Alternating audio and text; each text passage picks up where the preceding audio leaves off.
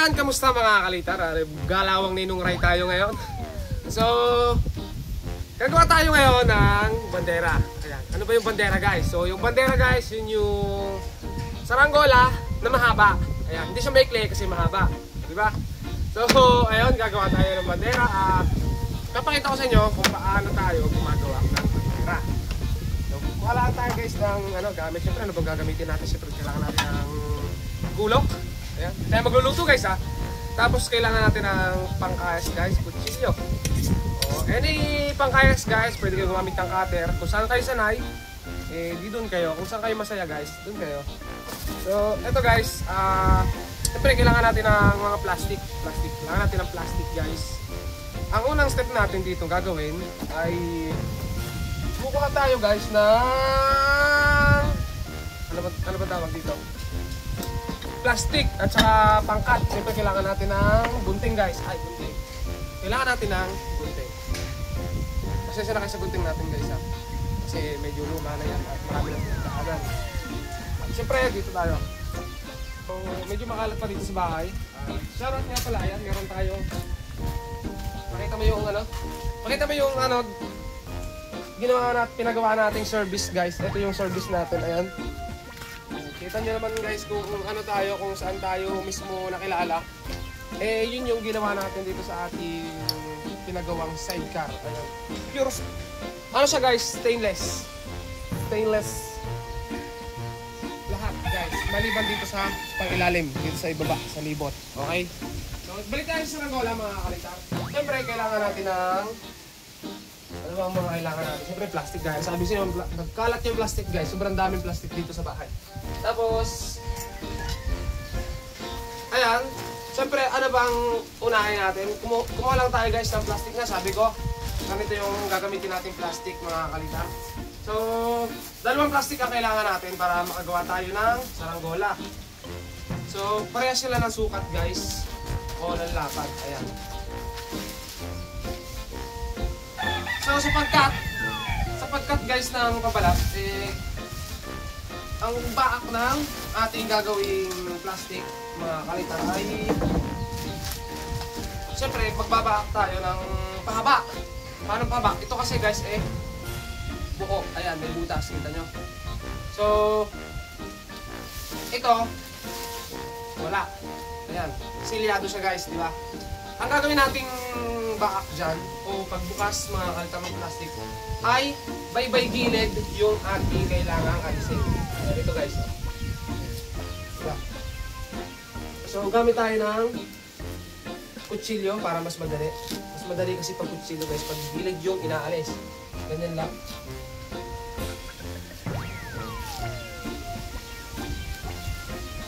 Hindi pa rin.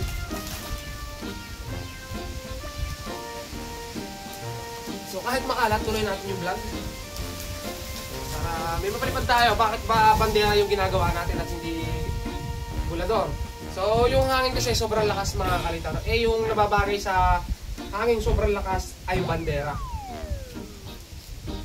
Kaya, pag-isipan natin mga kalitar na ang gagawin natin ngayon ay bandera.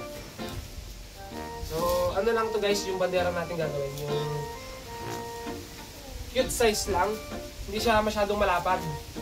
Kasi, yung kalalabsan ng pabalat na ginapit natin, kung anong lapad nun, yun din lang mga kalitar. So, ayan.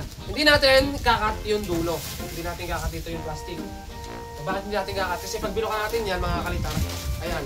Isa na siya ang diretsong pahaba. Hindi ka na mahirapan magdugtong-dugtong. So, magdudugtungin na lang natin, ito mga kalitar. Itong blue, ganun din yung baak, at saka yung green. So, ang gagawin naman natin pang mukha ng saranggola natin, pag nakagawa tayo ng frame, ay color yellow mga kalitar. Yan, ganyan. So, itama lang natin mga kalitar.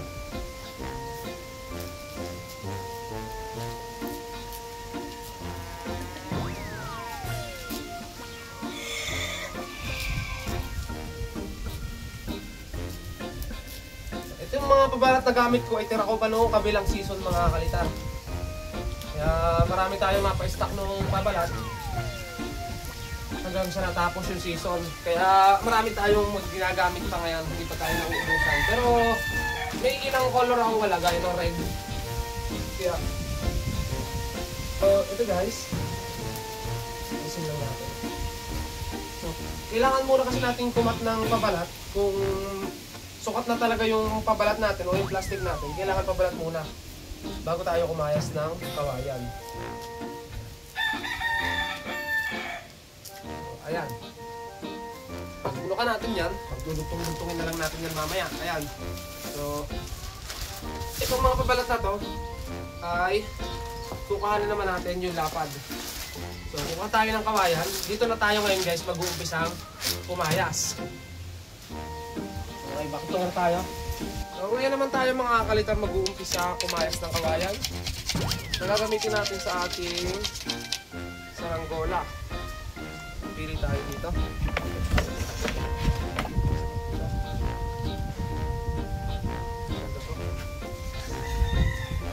Okay, ang pipiliin natin mga kalitar ay yung makunat sa paggawa ng ating saranggola.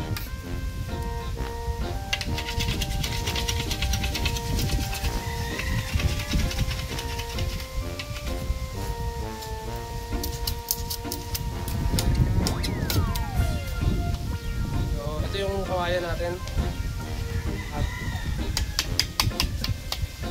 mga kalitar. Ito dito. Ganito yung sinasabi ko mga kalitar. So, susukatin natin yung lapad.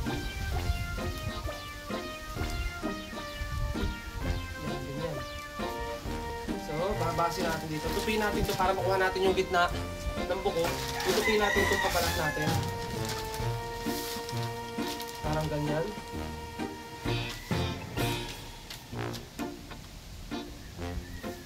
Tapos, saka natin tatapat dito sa may buko. Ito ng kawayan. Ayan. Tapos dito.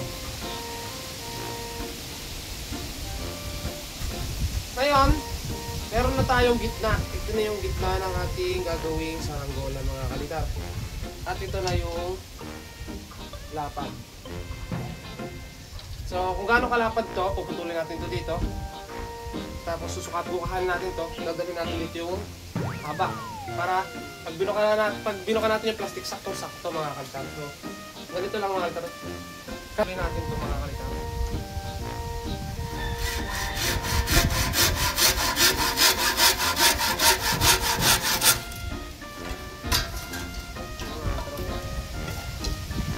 Tapos, ngayon mga kalitar, kukuha tayo ng stick. Kahit na stick na makikita nyo mga pinagkayasan. Madali natin dito, sukatin natin ito. Kung ano kahaba yun, dapat garating yung kabila.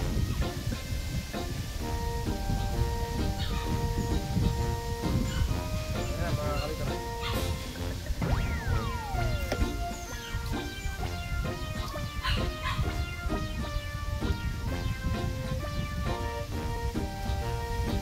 Tapos putulin natin.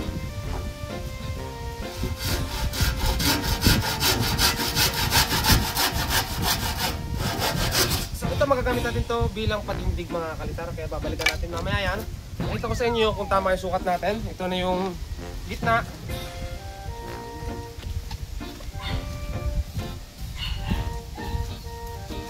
So ito na yung tinupi natin kanina. Siyempre, pag binukas natin yan, mga kalitar, ganyan kalapad yan.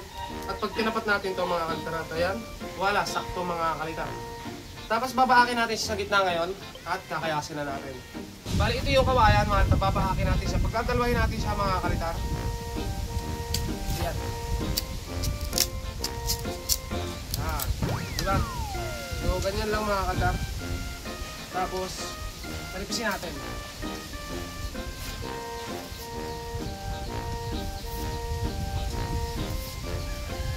Sa bandera mga kalitar, mas maganda yung malapad na manipis kaysa sa makapal. Ngayon mga kalitar, ang gagawin natin ay babawasan natin itong laman. Ito yung laman mga kalitar, yung sa loob puti. Ito yung balat, ito yung laman. Okay? Pag sinabi ko laman, loob. Babawasan natin ngayon yan, paninipisin natin. Kasi mas maganda sa bandera yung malapad na malambot. Siyempre, mas malaking bagay mga kaltar kung may makunat na kawayan. Pasensya na kayo mga kaltar, medyo mabilis tayong magkayas. Kasi hinahabol natin yung oras. May posibilidad kasi na mawala na naman yung hangin at hindi tayo makapagpalipad. So, lambutan pa natin. Mas maganda kasi sa bandera yung malapad na malambot. Kasi pag malapad may matibay siya. At pag malambot, madaling paliparin. Sa pagkakayos mga kakalitar, practice lang din yan. Kaya lang naman nagiging madali ang lahat dahil sa kakapractice mga kakalitar. Ayan mga kakalitar. So, sakto na yan. O, diba? Napapahair lang ng hangin kaya medyo nawawala sa balanse. Pero yung konting diferensya guys, okay na yon. Ayan, nakagawa na tayo ng isang pakpak mga kakalitar. Ang susunod naman natin, yung kabila. Kung gaano ito kalaki, kalapad, ganun din yung kabila mga kakalitar.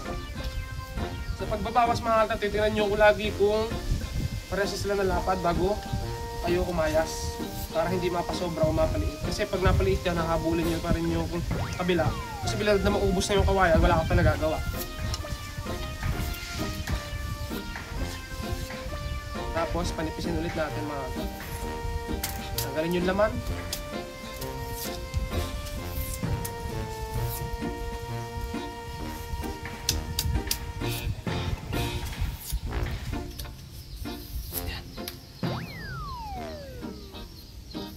So oras na makagawa kayo mga kakalitar ng isang lumilipad na saranggola, huwag nyo kakalimutan mga kakalitar kung paano nyo ginawa. Para sa susunod mga kakalitar, alam nyo na yung diskarte kung sakaling gagawa ulit kayo.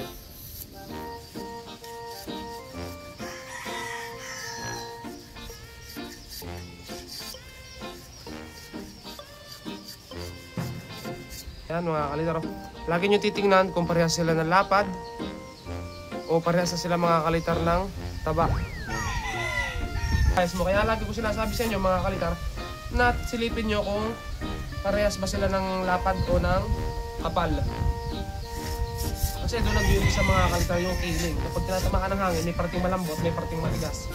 Kaya nagkakakiling mga kakalitar yung saranggola natin ginagawa. Pero yung bandera naman, hindi naman siya nagkakakiling basta-basta. Hindi gaya ng mga volador. Sa pagbabawas mga kakalitar, pahiga na yung kutsilyo natin. Kasi kapag padapa pala mga kakalitar, kasi pag pahiga yung kutsilyo, pwedeng lumalim yung tatamahan ng talim, lumalim yung kawayan. Yung pagkakahiwa. So, okay na yun mga kakalitar, napapayar na lang ng hangin. So, tingnan nyo rin naman kasi kung pantay. Ngayon, nakagawa na tayo mga kakalitar ng frame. Ang gagawin naman natin ngayon ay gagawa tayo ng patindig. So ano yung patindig mga kakalitar? Ito yun. Bukuha tayo ng kawayan dito. Dito kasi walang buko. Ayan, may mga buko pala lahat mga kakalitar. So sa pantay na lang. Basta pantay mga kakalitar. Bukuha tayo mga kakalitar ng kawayan. So gaano kalapad mga kakalitar? Depende sa inyo mga kakalitar kung gaano kalaki yung sikang.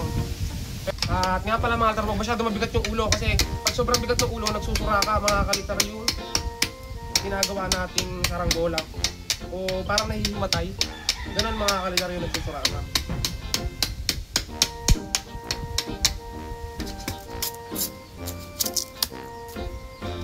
Alisin natin yung buko. Buko mga kakalitar, hindi buko.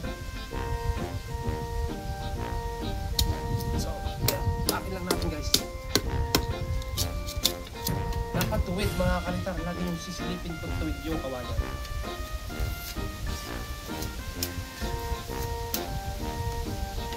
At yun siya.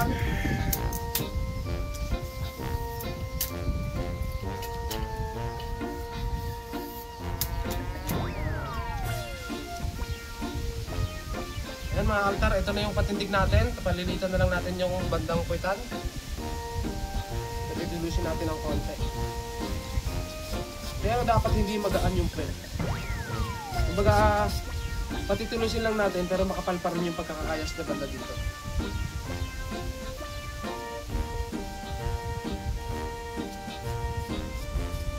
Ito nga pala, dapat salungat mga kalitar at pakita mo yung buko. Kita ba yung buko yan? Ito yung mga mata mga kalitar, yung maliliit na butil-butil na yan. Diba? Yan yung mismong bahak ng kawayan. Ngayon, pagsasalungatin natin yan, gaganyan natin para pangontra sila sa hangin. Okay? Tapos, gagawa tayo dito ng tangab mga kalitar. Nasa inyo mga kalitar kung hindi nyo natatangaban, pero huwag na lang natin tangaban para mas madali yung magaya mga kalitar. Kasi mahirap pa pagtangaban pero ganoon din naman yung gusto. Ngayon, magbubuo na tayo mga kalitar ng frame. 3 stick lang ang gagamitin natin sa bandera. Ayan mga kalitar, so dadako naman tayo ngayon sa pagbubuo ng ating bandera. At ito, puputol tayo ng panali natin. Dami tayo guys ng shoe glue. Ayan, shoe glue gagamitin natin mga kalitar. Sa pandikit natin. Lakas na ng ulan mga kalitar. So tingnan natin kung makapagpalipad tayo mamaya. So ito yung ginagamit ko nga palang mga kalitar na panali. Bigay pa to sa akin ng aking Tito Ninong. Ninong Ami Ebreo.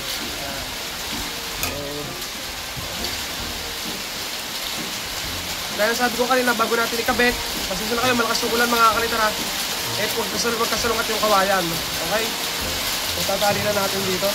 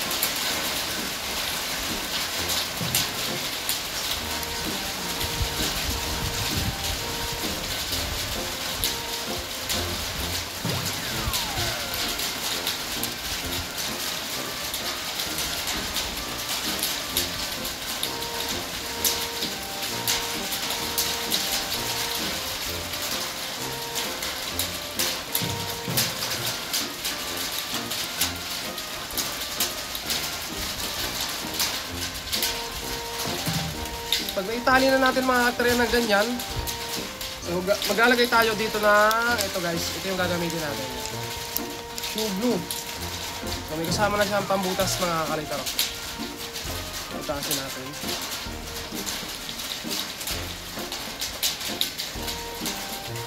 Sa pagbulot ito, huwag niyong bubunutin basta-basta mga kalitar pag gumagamit kayo ng shoe glue. So gumamit kayo mga kalitar kahit ito. Suot nyo dito. Kasi pag binulot nyo yan bigla, sisipit yan mga kalitar. Kaya, ayan. So, iwas sa pagkapit mga kalitar sa daliri. Tapos, lagyan natin to.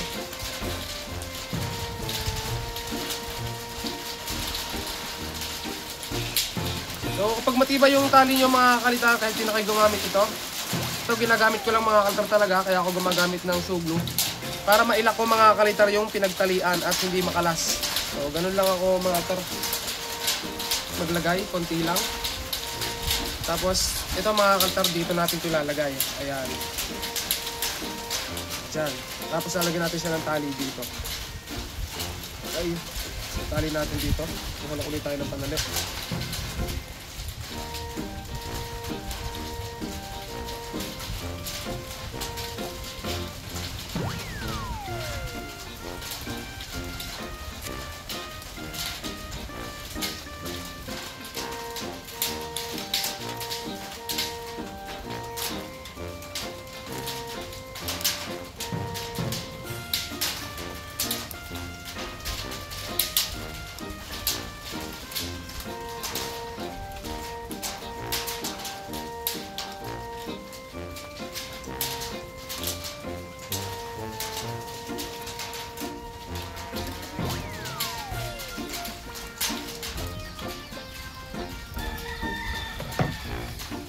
Tapos sipatin nyo mga kalitar yan, hindi pantay yan. Sisipatin natin yan, papantayin natin ngayon.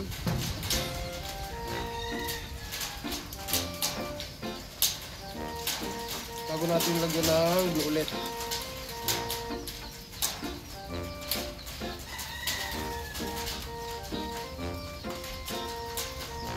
Matapos mga kalitar noon, tatangaban natin to, itong mga dulo. Tatangaban natin, ganito. So, dito tayo maglalagay ng hagting. Importante mga kalitar itong may hagting. Kasi dito natin kakapit yung ating pabalat.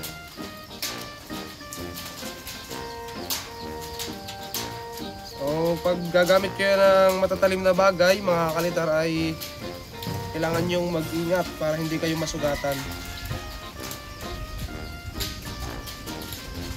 Yung hagting ay kailangan merong tangab.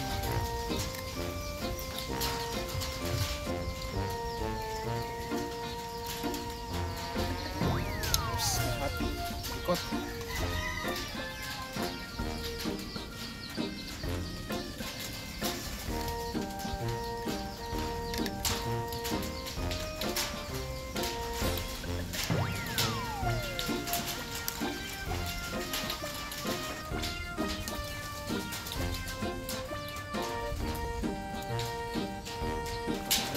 Ito.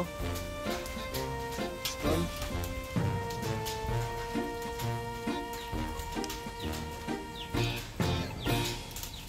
Ganyan. Nakalak na ganyan mga kalitar. Tapos tali natin dito. Tali natin dito sa may gilid. Ayan.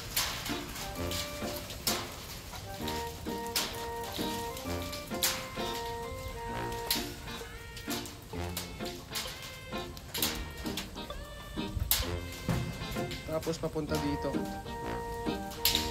Dapat nakapantayan mga kalitar, naka-level. Para ma-sure natin na pantay mga altar, magtatali ulit tayo dito.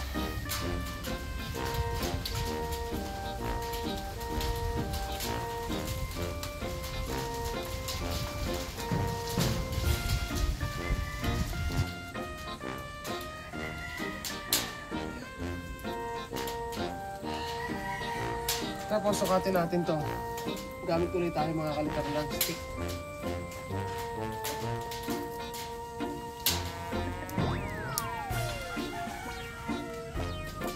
Sukatin natin mga kalitar.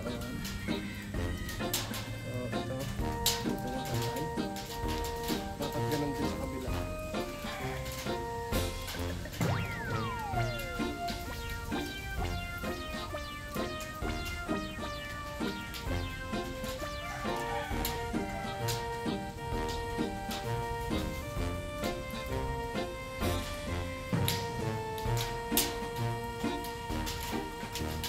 Ganyan. Tapos, dito naman, kabila.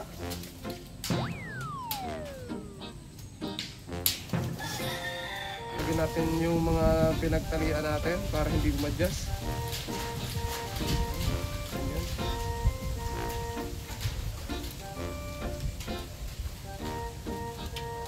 Tapos ito. Push yung ulit.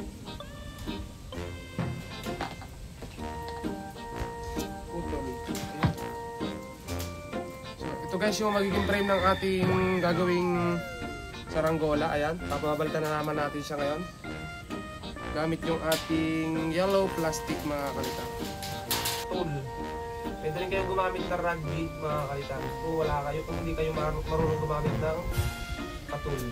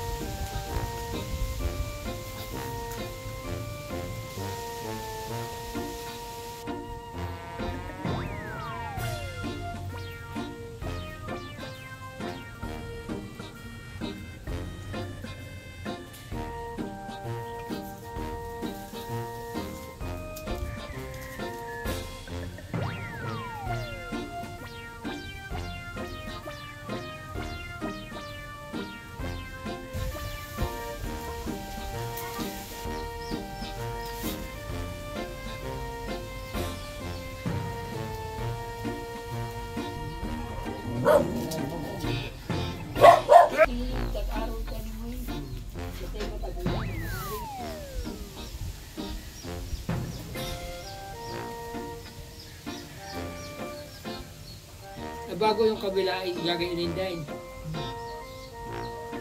Ayos na yun.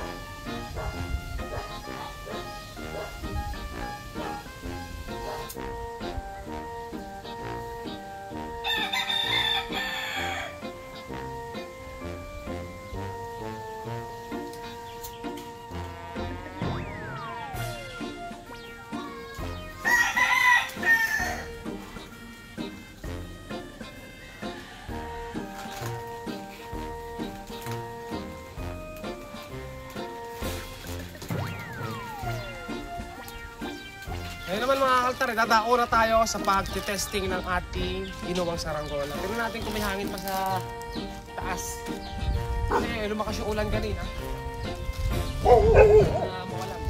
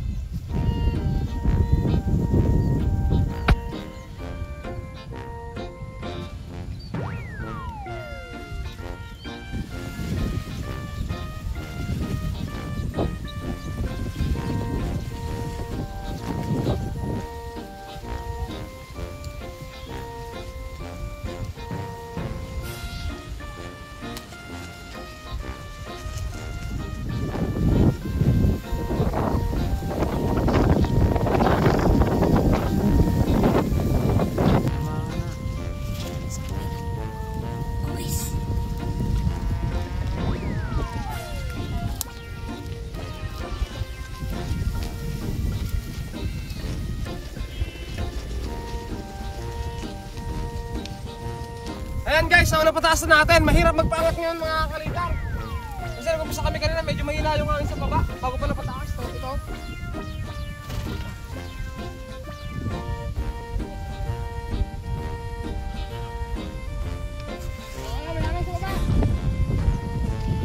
Ito, bali na yung mga kalidar, lumilipad pa oh.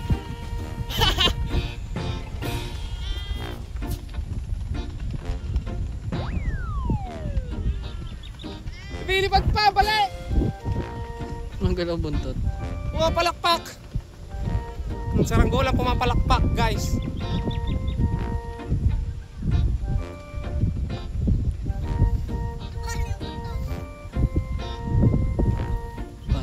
Yung bulati natin malikot pa. So kulang pa siya sa buntot mga kalitar. Oh, kita nyo? So dagdagan pa natin pag sa susunod na palipad pa natin. Sisirukan! So baba na natin, pagpalipad na naman tayo mga kalitar. Talagang nagkakita lang tayo mga kalitar ang paggagawa ng saranggola natin.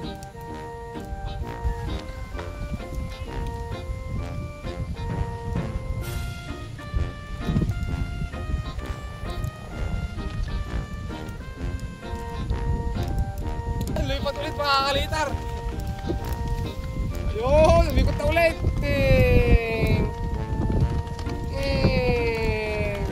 Pumapalakpak ah.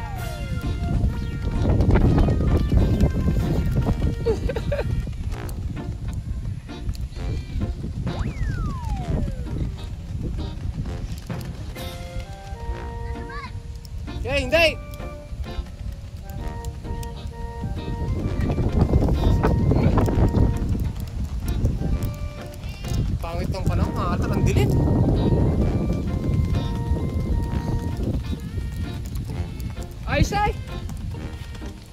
Wow! Pagaspas pa yan.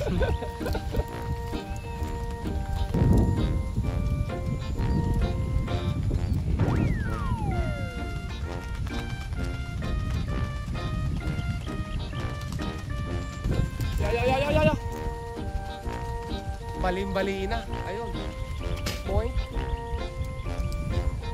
Tapos to, baba na natin to. Ayan guys, so pauwi na kami. Thank you very big sa inyo pagsama nyo sa amin dito sa Palayan. So umaambo na naman, kaya larga na ulit kami mga kalitar. Sama talaga ng panahon lagi. So, ayan, bye bye at subscribe.